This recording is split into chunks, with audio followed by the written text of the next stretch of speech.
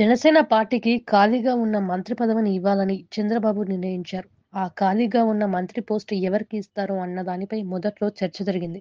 తర్వాత ఆగిపోయింది. ఇప్పుడు నాగబాబుకు ఖరారు చేశారు. అయితే కేబినెట్‌లో పవన్ కళ్యాణ్ ఉండగా ఆయన సోదరుడిని తీసుకోవడం కాస్త ఎబ్బెట్టుగా ఉంటుంది. ఆ విషయం పవన్ కళ్యాణ్‌కు తెలియక కాదు.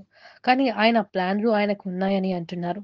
అదేమిటంటే జాతీయ రాజకీయాల్లోకి వెళ్ళడం. పవన్ కళ్యాణ్ ఇటీవల కాలంలో జాతీయ అంశాలపై ఎక్కువగా మాట్లాడుతున్నారు. బంగ్లాదేశ్‌లో హిందువుల పరిస్థితి పైన గళమెత్తుతున్నారు. హిందుత్వం వాదిగా ఆయనకు దేశవ్యాప్త ఇమేజ్ ఉంది. ఈ క్రమంలో ఆయన స్థానికంగా కంటే ఢిల్లీలో ఉంటే మంచిదని బీజేపీ హైకమాండ్ కూడా భావిస్తున్నట్లుగా చెబుతున్నారు.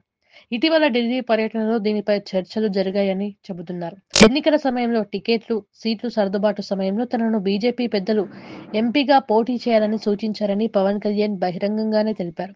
కానీ అప్పట్లో ఇంట గెలవాలన్న ఉద్దేశ్యంతో ఆయన ఎమ్మెల్యేగానే పోటీ చేశారు. డిప్యూటీ సీఎం అయ్యారు.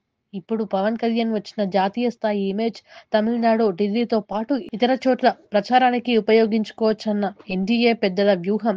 పవన్ భావజాలం అన్నీ కలిపితే ఢిల్లీలో ఉండాలన్న వాదన వినిపిస్తోంది. పవన్ కేంద్రంలోకి వెళ్లారని నిర్ణయించుకున్నందున నాగబాబుకు కేబినెట్‌లో పదవి ఖరారు చేశారన్న వాదన కూడా బలంగా వినిపిస్తుంది.